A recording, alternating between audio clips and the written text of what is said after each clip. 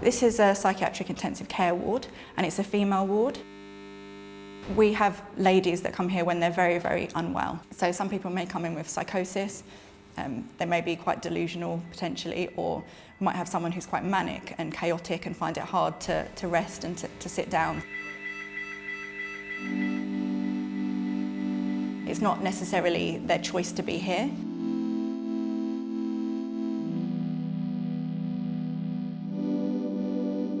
So when they come into the ward, we want to make it as therapeutic as we possibly can.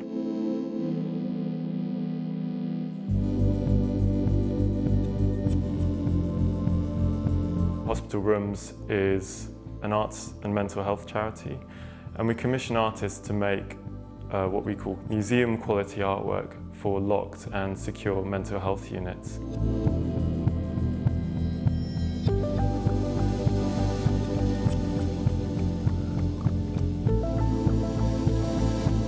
There's Julian Opie has done some birds, or the birds in the corridors, which are very, very popular.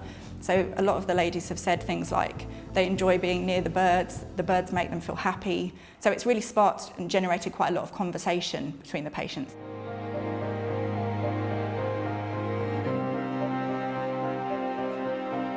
So you'll have, when it's done, this male form and a central female character and another character here.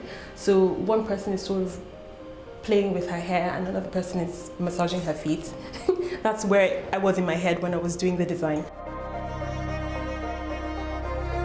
I chose the family room because I was thinking a lot about the amount of attention and care that the relatives of mentally ill patients need to pay to the patient. And I wanted to bring them into the picture. Working on these units is a big challenge for the artists and for us. And some of the biggest challenges are just having to figure out ways that we can actually make exciting artworks that can be safe. We have to work with the best printers and the best paint manufacturers to find out what can we mix with these materials, or what can we print on, and what processes can we use that when we install this it's still going to be sterile and wipe clean, but also vibrant and still be as high quality as the artist would want. When I first came to hospital, it was quite clinical. It was all very sterile, like it was painted like a normal NHS hospital. When they sort of introduced the art, it really livened it up. You're walking into somewhere that you can enjoy and somewhere that you can appreciate. If it's an adolescent unit, we think what kind of work is going to resonate. Young people started using elements of the room as parts of the artwork, and in the one behind me, the light actually becomes the beginning of a kind of shooting star, and there's another where it becomes at the head of a man. And these are things that I wouldn't have thought of myself, so we loved the idea that actually these things that actually are in the way of artwork usually become an intrinsic part of that painting. So especially if you've been in hospital for a while, or say you don't have leave and you can't go outside and you can't go to, you know, a gallery, or say art's never even been your thing and you're like, God, like, how boring. Actually bringing a bit of the outside world in, it makes such a difference, honestly. The statement itself is very straightforward. It's just 2 words. It says, "Believe, dream."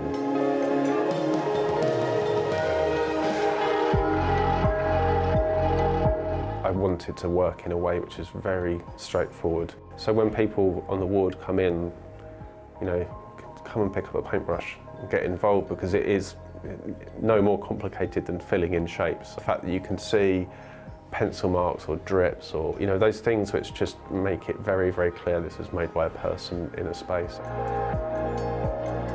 I was just thinking about one particular patient who she helped us on the last day. When she came in, she said, "Oh, it's better than I thought it was going to be."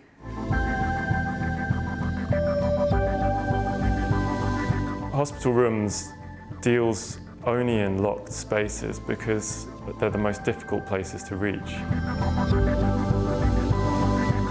A lot of people think they're the most difficult people to reach who use the services, but that's not true. It's actually The people who we work with are actually often really open to really exciting ideas. I think everyone knows, it's not the biggest priority in the NHS to make the environments artistic and creative, but it is a very important part of getting better.